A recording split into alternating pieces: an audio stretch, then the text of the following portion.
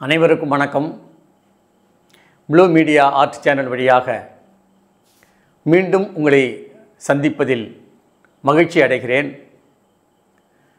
அண்ணல் அம்பேத்கரை அறிவோம் என்கிற தொடரின் 4வது பகுதியாக அண்ணல் அம்பேத்கர் எழுத்தும் பேச்சும் என்கிற நூலில் உள்ள முதல் கட்டுரையாக இந்தியர்கள் வாக்குரிமை பெற்ற நிலை என்பது பல்வேறு காலகட்டங்களை தாண்டி வந்திருக்கிற நிலையாக இருக்கிறது.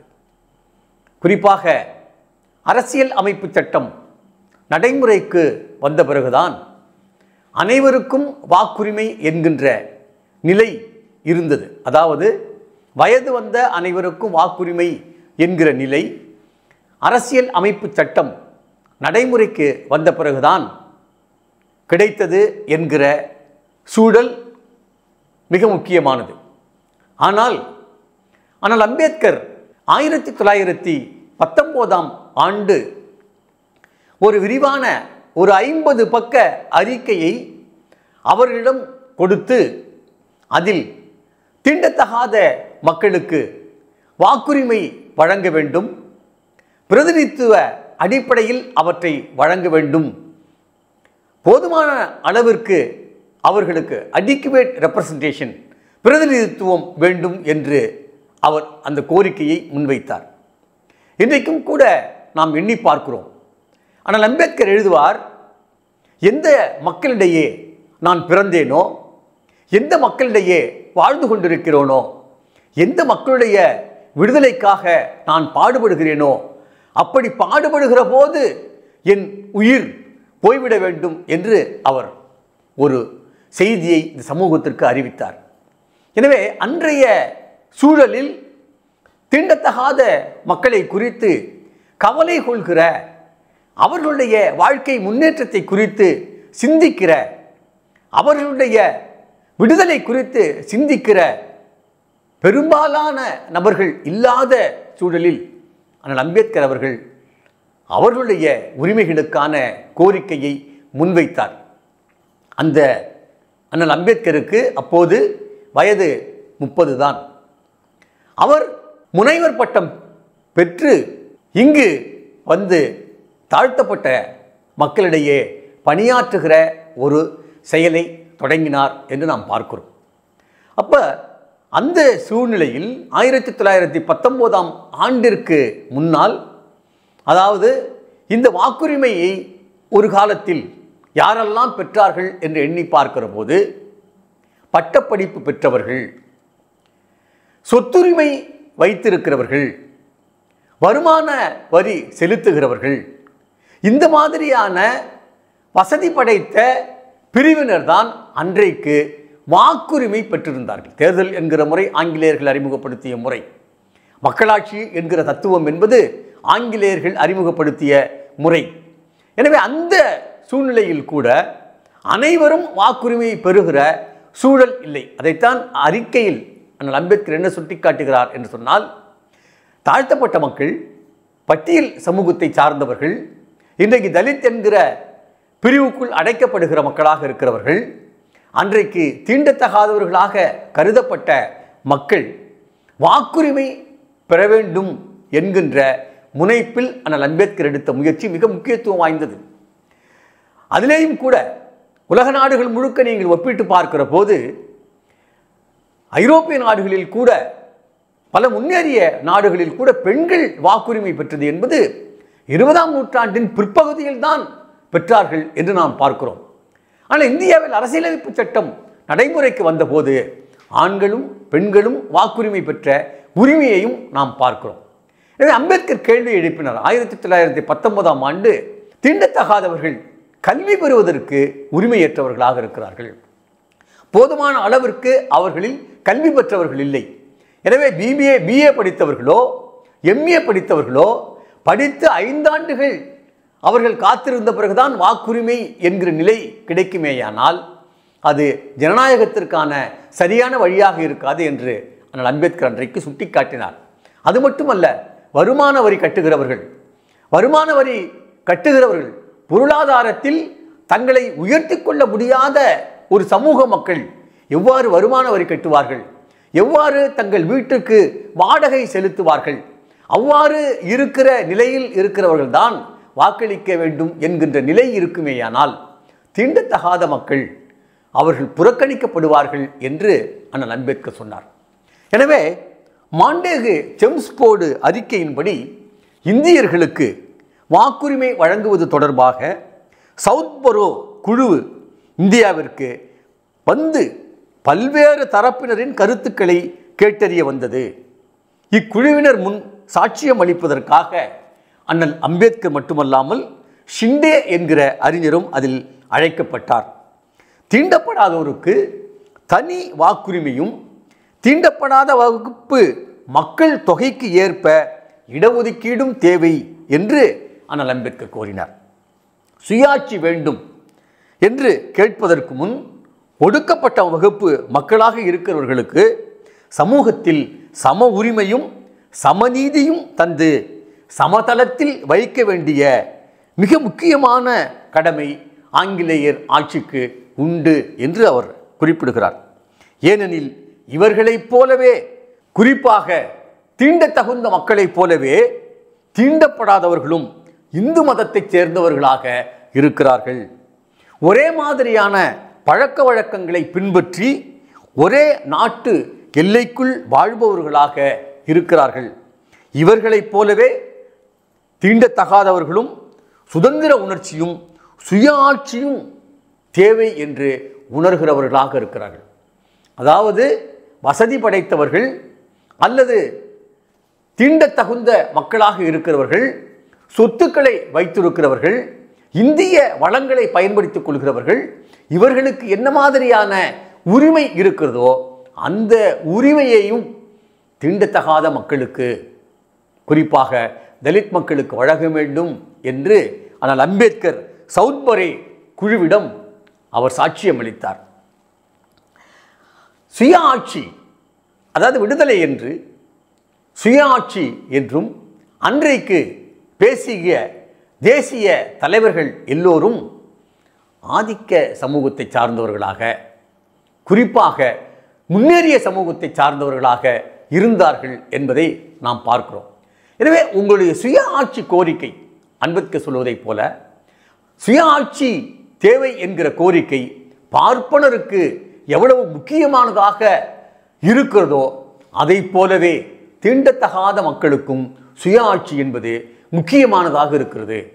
அந்த சுயாட்சி என்கிற உரிமை அவர்களுக்கு எவ்வளவு உரிமையை வாங்கி தருகிற அமைப்பாக இருக்கிறதோ அதை போலவே தீண்டத்தகாத மக்களுக்கும் சுய ஆட்சி என்கின்ற உரிமை மிக முக்கியமானதாக இருக்கிறது என்று சவுத்பரே குழு முன் அவர் சாட்சியம் அளித்தார்.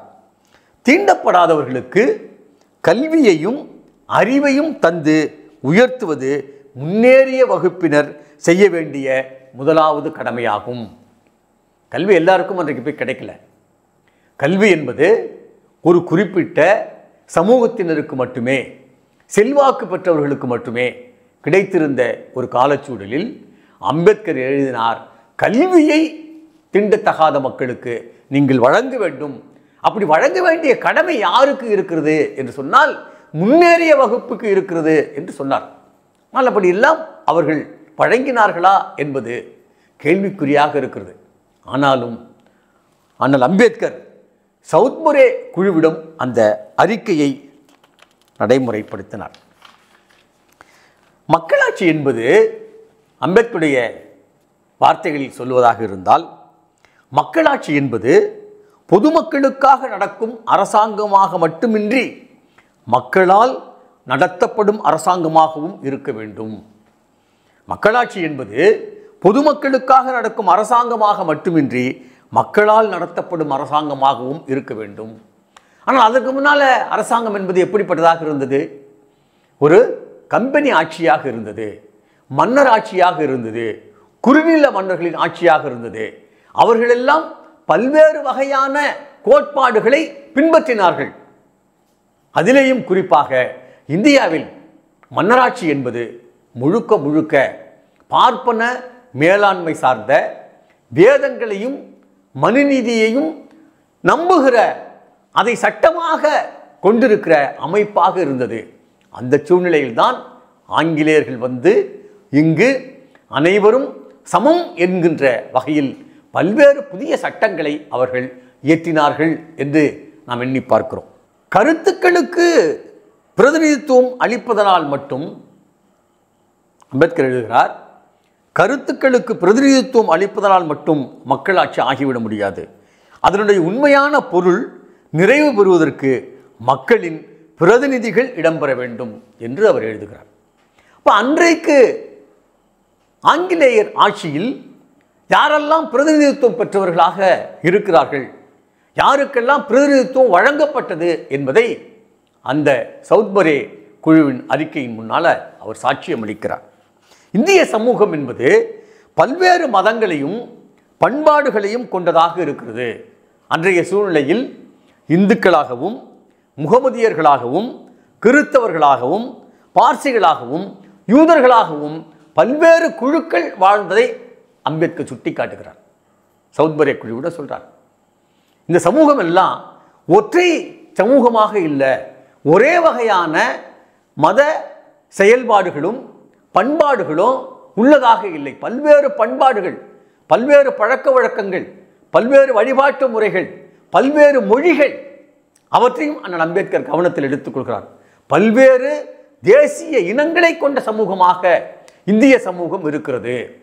எனவே ஒவ்வொரு சமூகத்திற்குமான பிரதிநிதித்துவம் வேண்டும் என்று கேட்பது நியாயம் என்கிற வகையில் சொல்லுகிற போது, அந்த மாதிரியான பிரதிநிதித்துவத்தோடு கூடிய பிரதிநிதித்துவம் தீண்டத்தகாத மக்களுக்கும் வழங்க வேண்டும் என்று அவர் சொல்லுகிறார். ஆனால் அப்படி சுட்டிக்காட்டுகிற அம்பேத்கர் மற்ற சமயங்கள், குறிப்பாக ஒரு இஸ்லாம் சமயத்தை பற்றி சொல்லுகிற போது அவர்கள் ஒற்றை பண்பாடு உடையவர்களாக இருக்கிறார்கள். அதை போலவே கிறிஸ்தவர்கள் ஒற்றை பண்பாடு உடையவர்களாக இருக்கிறார்கள். அவருடைய சிந்தனை முறை, பண்பாட்டு பழக்க வழக்கங்கள், வழிபாடு ஒரே தன்மை உடையதாக இருக்கிறது. ஆனால் இந்துக்கள் ஒரே மாதிரியான பண்பாடு உடையவர்களாக இல்லை. காரணம், அவர்கள் சாதிகளாக பிளவுண்டு கிடக்கிறார்கள்.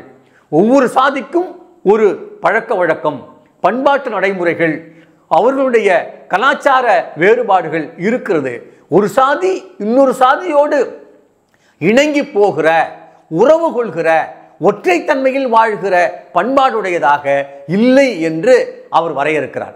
எனவே அப்படி பார்க்கிற போது இந்து சமூகத்தில் மேட்டுக்குடியினர் என்று சொல்லப்படுகிறவர்கள், ஆதிக்க சமூகமாக இருக்கிறவர்கள், பார்ப்பனர்களாக இருக்கிறவர்கள், பார்ப்பனர்களைப் போல வசதி படைத்தவர்களாக இருக்கிறவர்களின் நிலைமையும் தீண்டத்தகாதவர்களின் நிலையும் மிக மோசமாக இருக்கிறது என்று வரையறை செய்கிறார். தீண்டத்தகாதவர்கள் பொது வெளியை பயன்படுத்த முடியாத, கல்வியை பெற முடியாத, சொத்துரிமையை பெற முடியாத, மிக இன்னலுக்குள்ள ஆளான மனிதர்களாக இருக்கிறார்கள். எனவே இவர்களை மேம்படுத்துவது என்பது அரசின் மிக முக்கியமான கடமையாக இருக்கிறது. எனவே அவர்களுடைய பிரதிநிதிகள், அவர் மிக முக்கியமாக சொல்லுகிற போது, தீண்டத்தகாத மக்களுடைய பிரச்சனைகளை பேசுவதற்கும், தீண்டத்தகாத மக்களுடைய உரிமைகளை கோருவதற்கும் தீண்டத்தகாத வகுப்பினர் தான் பிரதிநிதிகளாக வர வேண்டும் என்பது அண்ணல் அம்பேத்கருடைய மிக முக்கியமான கோரிக்கை. இன்றைக்கு கூட நீங்கள் பார்த்தீர்கள் என்று சொன்னால், தலித் தனி தொகுதி இருக்கிறது, ரிசர்வேஷன் தொகுதி இருக்கிறது. தாழ்த்தப்பட்ட மக்களுக்கு அல்லது பட்டியல் இன மக்களுக்கு, தலித் மக்களுக்கு தனித்தொகுதி இருக்கிறது. எனவே அண்ணல் அம்பேத்கர் அந்த கோரிக்கையை 1919ஆம் ஆண்டு சவுத்பரே குழுவிடம் அந்த அறிக்கையை அளித்தார். அண்ணல் அம்பேத்கர் சவுத்பரே குழுவிடம் அந்த அறிக்கையை அளித்தார். தீண்டத்தகாத மக்களுடைய பிரச்சனைகளை பேசுவதற்கு மற்றவர்களால் அது இயலுமா? மற்றவர்கள் அந்த அளவுக்கு பரந்த மனப்பான்மை உடையவர்களாக இருப்பார்களா? அவர்கள் அந்த பிரச்சனையை பேசுவதற்கு உள்ளம் படைத்தவர்களாக இருப்பார்களா என்கிற கேள்வியை அவர் எழுப்பினார். அவர் சொல்லுகிற போது, ஒரு குறிப்பிட்ட நிலப்பரப்பை தேர்தல் தொகுதியாக, டெரிட்டோரியல் கான்ஸ்டிட்யூன்சி அமைக்கும் போது குறிப்பிட்ட குழுக்களை சார்ந்த எல்லா வாக்காளர்களும் அந்த தொகுதியின் வாக்காளர்கள் என ஒன்றாக சேர்க்கப்படுகிறார்கள். இவர்களின் வாக்குகளில் பெரும்பாலான வாக்குகள் பெறுபவர்கள் அந்த தொகுதியின் பிரதிநிதியாக அறிவிக்கப்படுகிறார்கள். அவர் அந்த தொகுதியில் உள்ள குழுக்களின் உண்மையான பிரதிநிதியாக அவர் எல்லா தரப்பு மக்களின் நன்மைகளை பிரதிபலிப்பாரா என்று கேட்கிறார். எனவே ஒரு பொது தொகுதியில் இப்போ இன்றைக்கு இருக்கிற நிலைமையோடு கூட நாம் ஒப்பிட்டு பார்க்கலாம். ஒரு பொது தொகுதியில் வெற்றி பெறுகிறவர்கள் தாழ்த்தப்பட்ட மக்களுடைய உணர்வுகளை பிரதிபலிக்கிறவர்களாக இருக்கிறார்களா? இப்போ இன்றைக்கு கூட இன்னும் ஒரு கேள்வியும் எழுகிறது. தலித் தொகுதியில் இடஒதுக்கீட்டில் தாழ்த்தப்பட்ட மக்களுக்கான இடஒதுக்கீட்டில் வெற்றி பெற்று வருகிறவர்கள் கூட சாதி இந்துக்கள் நடத்துகிற கட்சியில் இருக்கிற தாழ்த்தப்பட்ட பிரதிநிதிகள் தாழ்த்தப்பட்ட மக்களுடைய உணர்வுகளை பிரதிபலிக்கிறவர்களாக இருக்கிறார்களா என்கிற கேள்வியும் இருக்கிறது. அதான் இரட்டை வாக்குரிமையின் தோல்வி. எது நமக்கு இரட்டை வாக்குரிமை என்பது தாழ்த்தப்பட்ட மக்களின் பிரதிநிதியை தேர்ந்தெடுக்கக்கூடிய ஒரு முறை. ஆனால் இன்றைக்கு இருக்கக்கூடிய தேர்தல் முறையில் ஒரு தாழ்த்தப்பட்ட பிரதிநிதி பொது வாக்காளர்களாலும் தேர்ந்தெடுக்கப்பட்டு அங்கு சட்டமன்றத்திற்கோ பாராளுமன்றத்திற்கோ போகிற போது அவர் சாதி இந்துக்களின் கட்சியில் இருந்து தேர்ந்தெடுக்கப்படுகிறவராக இருக்கிற போது சாதி இந்துக்களின் உணர்வுகளைத்தான் பிரதிபலிக்கிறவராக இருக்கிறார்களே ஒழிய தலித் மக்களுடைய வலியை உணர்ந்தவர்களாக இல்லை என்பதை நாம் உணர்ந்து பார்க்கிறோம். ஆனால் அண்ணல் அம்பேத்கர் 1919ஆம் ஆண்டு சவுத்மோரே குழுவிடம் இந்த கேள்வியை எழுப்புகிறார். தாழ்த்தப்பட்ட மக்களுக்கு போதுமான அளவுக்கு பிரதிநிதித்துவம் வழங்க வேண்டும். ஏனென்று சொன்னால் தாழ்த்தப்பட்ட மக்களுடைய உணர்வுகளை அவர்கள்தான் பிரதிபலிப்பார்கள். தாழ்த்தப்பட்ட மக்களுடைய உரிமைகளை அவர்களால் மட்டுமே உணர்ந்து கேட்க முடியும் என்கிற கோரிக்கையை அவர் வைத்தார். தீண்டத்தகாதார் வழக்கமாக இரக்கத்திற்குரியவர்களாக கருதப்படுகிறார்கள். இன்னைக்கு கூட அப்படிதானே இருக்கு. தீண்டத்தகாத மக்கள் அனுதினமும் ஒரு விடுதலை பெற்ற தேசத்தில் படுகொலை செய்யப்படுகிறவர்களாக, கைவெட்டப்படுகிறவர்களாக, அதை போலவே ஒரு வாகனத்தை ஓட்டிச் செல்ல முடியாதவர்களாக, குடிநீர் அற்றவர்களாக, குடிக்கிற நீரில் மலம் கரைக்கப்பட்டு அந்த குடிநீரை குடிக்கக்கூடிய அவல நிலையில்தான் இன்றைக்கு கூட விடுதலை பெற்று அரசியலமைப்பு சட்டம் நடைமுறைப்படுத்தப்படுகிற தேசத்தில் நாம் வாழ்ந்து கொண்டிருக்கிறோம். ஆனால் 1919இல் சவுத்மோரே குழுவிடம் அண்ணல் அம்பேத்கர் இந்த கோரிக்கையை முன்வைத்தார். தீண்டத்தகாதார் வழக்கமாக இரக்கத்திற்குரியவர்களாக கருதப்படுகிறார்கள். ஆயினும் எந்த ஒரு அரசியல் திட்டத்திலும் அவர்கள் புறக்கணிக்கப்படுகிறார்கள். அவர்களை பொறுத்தவரை பாதுகாக்கப்பட வேண்டிய நலன்கள் என்று ஏதும் இல்லை என்று காரணம் கூறப்படுகிறது. ஆனால் அவர்களுக்குத்தான் மிக அதிகமான நலன்கள் பாதுகாக்கப்பட வேண்டும். அவர்களுக்கு பெரும் சொத்துக்கள் இருப்பதாகவோ அவை பறிமுதலாகி விடாமல் பாதுகாக்கப்பட வேண்டியுள்ளதாகவோ பொருள் அல்ல. அவர்கள் தங்களையே பறிகொடுத்தவர்களாக இருக்கிறார்கள். இந்த அம்பேத்கருடைய இந்த வார்த்தையை மிக நுட்பமாக பார்க்க வேண்டும். ஒரு 30 வயது இளைஞனுக்கு இந்த சமூகத்தின்பால் எவ்வளவு ஆர்வமும் எவ்வளவு நுட்பமான அறிவும் எவ்வளவு சமூக உணர்வும் இருந்தால் அவர் இந்த வார்த்தையை பயன்படுத்துவார் நான் எண்ணி பார்க்க வேண்டும். அவர்கள் தங்களையே பறிகொடுத்தவர்களாக இருக்கிறார்கள். அவர்கள் மீது சுமத்தப்பட்டுள்ள சமூக மத கொடுமைகள் அவர்கள் மனிதத்தன்மையையே அழித்து விட்டன. இன்னைக்கு கூட கோயிலுக்குள்ள போக முடியாத நிலை இருக்கிறது. இன்றைக்கு கூட தலித்துக்கள் ஒரு பொது கோயிலில் போய் வழிபட முடியாத நிலை இருப்பதை விடுதலை பெற்று அரசியலமைப்பு சட்டம் நடைமுறைக்கு வந்து 75 ஆண்டுகளுக்கு பிறகு நாம் பார்க்கிறோம். ஆனால் 1919ஆம் ஆண்டிலேயே அண்ணல் இந்த உணர்வுகளை வெளிப்படுத்தினார். அவர்கள் மனிதத்தன்மையே அழித்து விட்டார்கள். எனவே இடருக்குள்ளாகி இருக்கிற அவர்களின் நலன்கள் மனித குலத்தின் நலன்கள். வார்த்தையை அம்பேத்கருடைய வார்த்தையை நினைத்து பார்க்கிறது ஆச்சரியமாக இருக்கிறது. ஒரு ஆக கடைசியில் இருக்கிற மனிதனுடைய நலன் தான் மனித குலத்தின் நலம் என்று சொன்னார்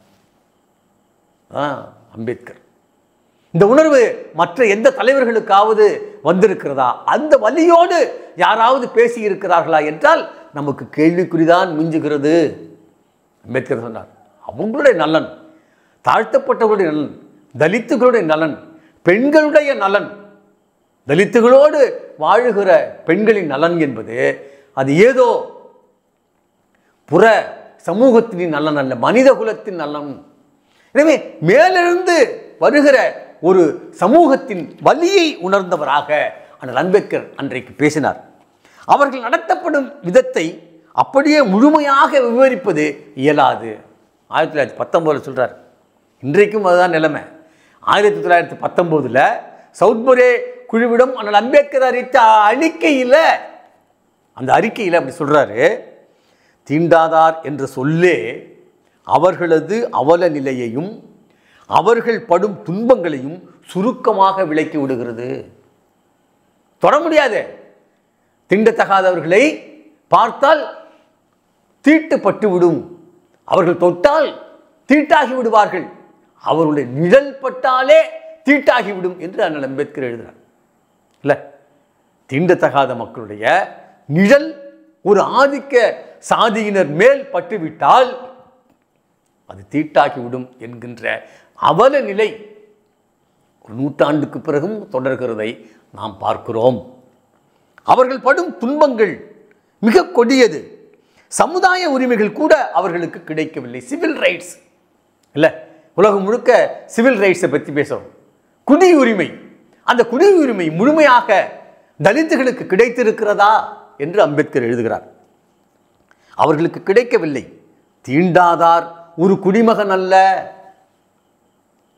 ஓட்டு போடுறோம், தாழ்த்தப்பட்டவனு தான் ஓட்டு போடுறான், தாழ்த்தப்பட்டவர்கள் அல்லாதவர்களும் ஓட்டு போடுறாங்க, வசதி படைத்தவனும் ஓட்டு போடுறான். அம்பேத்கர் எழுதினார், ஒரு மனிதன் ஒரு வாக்கு என்கிற நிலையை அடைந்து விட்டோம் என்று அரசியலமைப்பு சட்டத்தை நடைமுறைப்படுத்துகிற போது எழுதினார். ஆனால் சமூகத்தில் அப்படியே நடத்தப்படுறான் தீண்டத்தகாதவன்.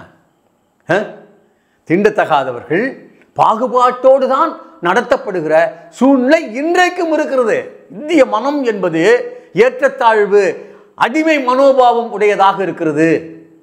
அதற்கான காரணங்களை அண்ணல் அம்பேத்கர் விவரித்துக் கொண்டே போவார். இந்து மதத்தில் தான் அது போய் முடியும். எதற்கு சொல்கிறேன் என்றால், இன்றைக்கு குடி உரிமை என்பது அவர்களுக்கு முற்றிலும் மறுக்கப்பட்டதாக இருந்தது என்று அண்ணல் அம்பேத்கர் சொன்னார். ஒரு குடிமகன் அல்ல, குடியுரிமை என்பது பல உரிமைகளின் தொகுப்பு. ஒரு குடியுரிமை என்பது ஒரு நாட்டில் வாழுகிறோம் என்று சொன்னால் அந்த நாட்டில் வாழ்வதற்கான குடியுரிமை என்பது என்ன? சொல்ல தனிமனித சுதந்திரம், தனிமனித பாதுகாப்பு, சொத்து வைத்துக்கொள்ளும் உரிமை, சட்டத்தின் முன் சமத்துவம், கருத்து மற்றும் பேச்சுரிமை, கூட்டம் கூடும் உரிமை, அரசாங்கத்தில் பிரதிநிதித்துவ உரிமை, அரசில் பதவி வகிக்கும் உரிமை ஆகிய இந்த உரிமைகளின் தொகுப்பு தான் குடியுரிமை. இத்தனை உரிமைகள் இருக்கு.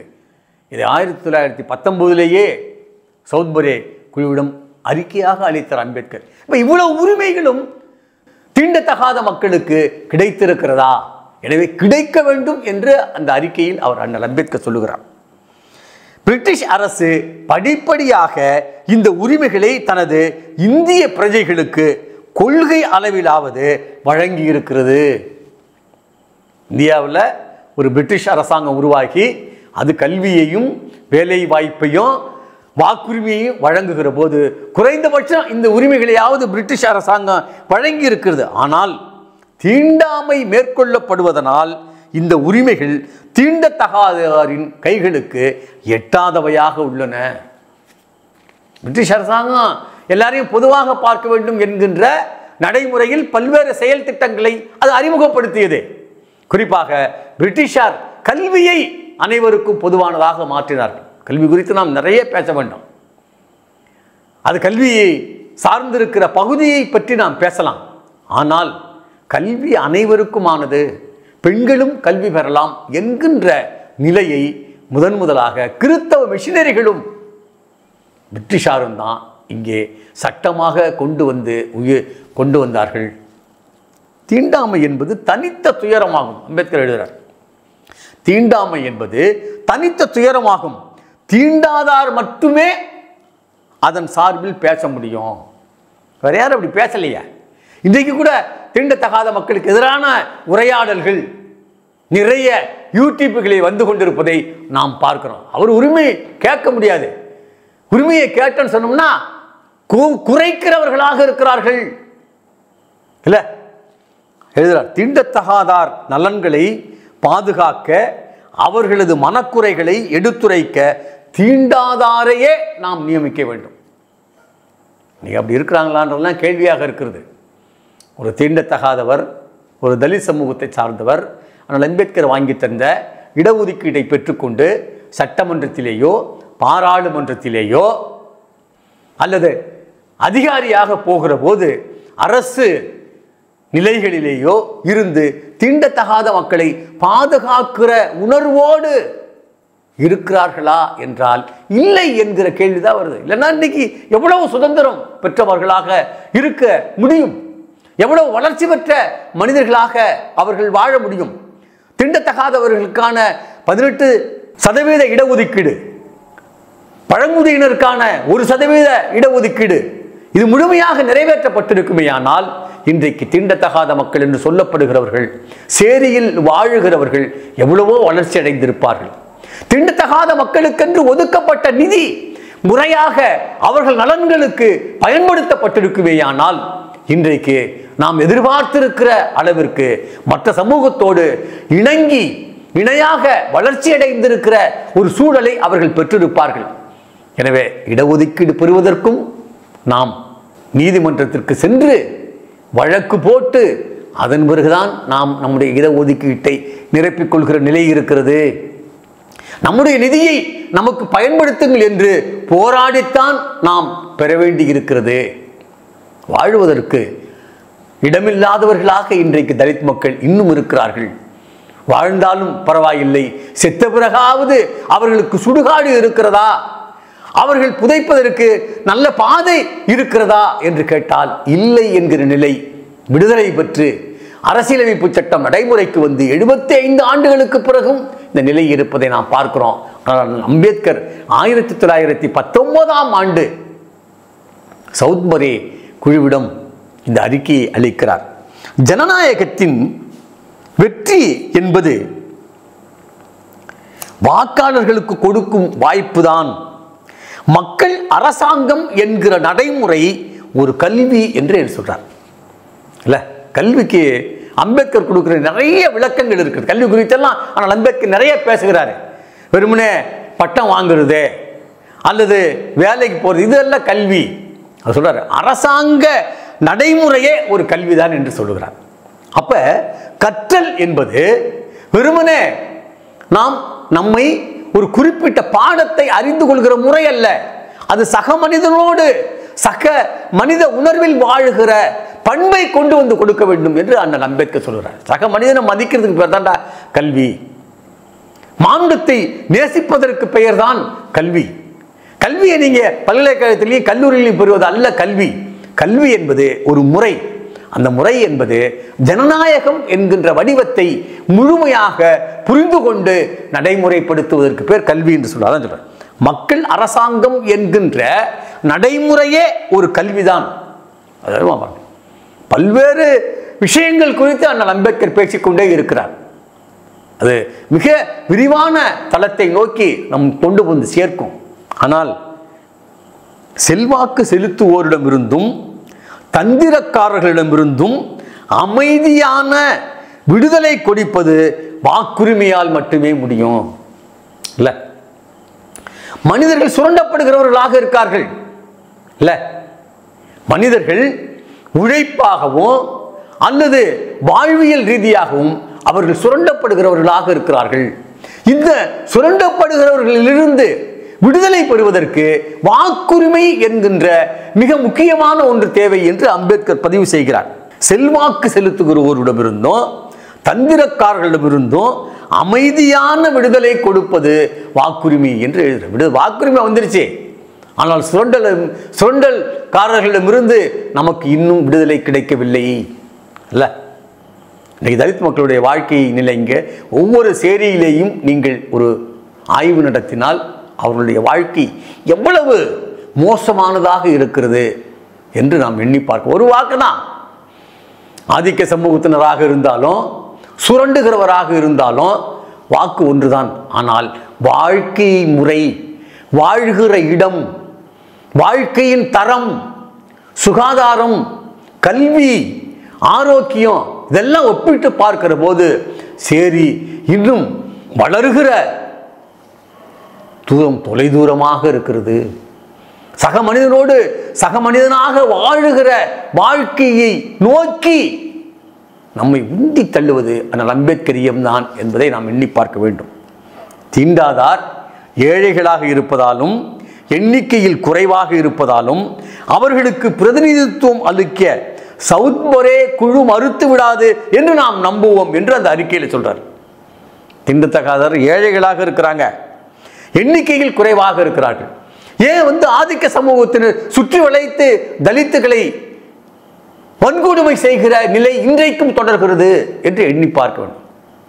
அம்பேத்கர் தலித்துகளுக்கு தனிநாடு கேட்டவர்.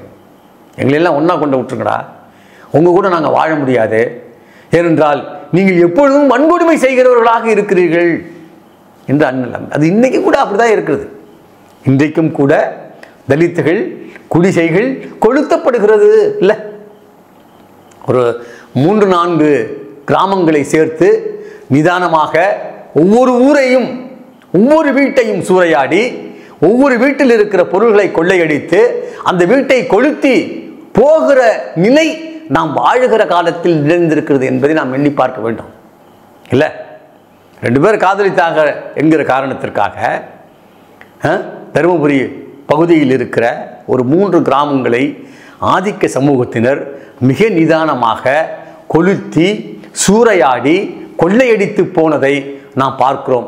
காவல்துறை நமது நண்பர்னு சொல்கிறாங்க. காவல்துறை ஒன்று இருக்கிறது, அப்படி ஒன்று இருக்கிறதா என்கிற கேள்வி தலித்துகள் தொடர்ந்து கேட்டுக்கொண்டே இருக்கிறார்கள். அது யாருக்கான துறையாக இருக்கிறது என்பதையும் அவர்கள் கேள்வி எழுப்புகிறார்கள். நிதானமாக 3 கிராமங்களை சூறையாடிவிட்டு அவர்கள் வெளியேறுகிறார்கள் என்று சொன்னால் இந்த சமூகத்தில் எந்த மாதிரியான பாதுகாப்பு தலித்துகளுக்கு இருக்கிறது என்பதை நாம் எண்ணி பார்க்க வேண்டும். ஆனால் அம்பேத்கர் சவுத்மொரே குழு கேட்டாரே, அவர்களுக்கு பிரதிநிதித்துவம் அளிக்க சவுத்மொரே குழு மறுத்து விடாது என்று நாம் நம்புவோம். தீண்டாதாரின் வறுமைக்கு காரணமாக உள்ள அவர்களுடைய இழிவான நிலைக்கு முடிவு கட்ட உதவும் வகையில் அவர்களுக்கு போதிய பிரதிநிதித்துவம் அளிக்க வழிகாணும் என்று நாம் நம்புவோம். சவுத்மொரே குழு அறிக்கை மிக விரிவான அறிக்கை, ஏராளமான புள்ளி விவரங்களை அண்ணல் அம்பேத்கர் அதில் குறிக்கிறார். அவற்றையெல்லாம் நாம் இங்கு சொல்ல வேண்டிய அவசியம் இல்லை. ஆனால் அந்த கண்டென்ட், அதன் உள்ளடக்கம், அதன் சாரம், அதன் உணர்வு என்ன என்று எண்ணி பார்க்கிற போது மனிதர்களை சக மனிதர்களாக ஒடுக்கப்பட்ட மக்களை விடுவிக்கிற அறிக்கையாக அந்த சவுத்மொரே குழு அமைந்திருக்கிறது என்பதை நாம் எண்ணி பார்க்க வேண்டும். சொத்துரிமையை தகுதியாக நிர்ணயிப்பது விவேகமாகாது. தலித்துகளுக்கு வாழுகிற வாழ்க்கையே மோசமாக இருக்கிறது. ஆனால் சொத்துரிமை இருக்கிறவங்க தான் நீங்க வாக்களிக்க வேண்டும் என்று சொன்னால் எப்படி தலித்துகள் வாக்களிப்பார்கள் என்று அண்ணல் அம்பேத்கர் கேட்டார். சொத்து சேர்க்கும் வாய்ப்புகள் கிடைக்காமல் செய்துவிட்டு, கல்வி கிடைக்கிற வாய்ப்பு கிடைக்காமல் செய்துவிட்டு, வாக்குரிமைக்கு சொத்துரிமை தகுதி வேண்டும், கல்வி வேண்டும் என்று கூறுவது, இந்த வார்த்தை ரொம்ப முக்கியமானது, அம்பேத்கருடைய வார்த்தை. அடித்து காயப்படுத்திவிட்டு அவமானப்படுத்துவதை போலாகும். இப்படி ஒரு மனிதர் வாழவில்லை, அம்பேத்கர் என்கிற ஒரு மாமனிதர் மட்டும் வாழவில்லை என்று சொன்னால் இந்த தலித் மக்களின் நிலை, இந்த தலித் மக்களோடு வாழுகிற பெண்களின் நிலை என்னவாக இருக்கும் என்று நாம் எண்ணி பார்க்க வேண்டும். எனவே அந்த வகையில் பார்க்கிற போது இந்த தலித் மக்களுக்கு அடிக்குவேட்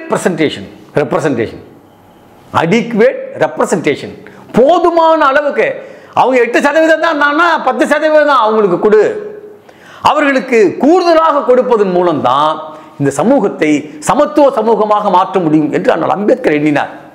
எனவே அந்த வகையில் பார்க்கிற போது சவுத்மொரே குழு என்கிற அந்த குழுவிடம் இந்த அறிக்கையை அண்ணல் அம்பேத்கர் அறித்து தலித் மக்களுக்கு போதுமான அளவுக்கு பிரதிநிதித்துவம் வழங்குகிற முறையை வழங்க வேண்டும் என்றும் அவர்களுக்கு முழுமையான வாக்குரிமை அளிக்கப்பட வேண்டும் என்று அண்ணல் அம்பேத்கர் 1919ஆம் ஆண்டு சவுத்மொரே குழுவிடம் அந்த அறிக்கையை அளித்தார். அதன் பிறகு பல்வேறு மாற்றங்கள் நிகழ்ந்திருக்கிறது. இந்த அறிக்கை இந்திய வரலாற்றில் ஒடுக்கப்பட்ட மக்களுக்கு மிக முக்கியமானதாக இருந்திருக்கிறது என்பதை நாம் பார்க்கிறோம். தொடர்ந்து அண்ணல் அம்பேத்கர் குறித்து மேலும் மேலும் சிந்திப்போம், பகிர்ந்து கொள்வோம்.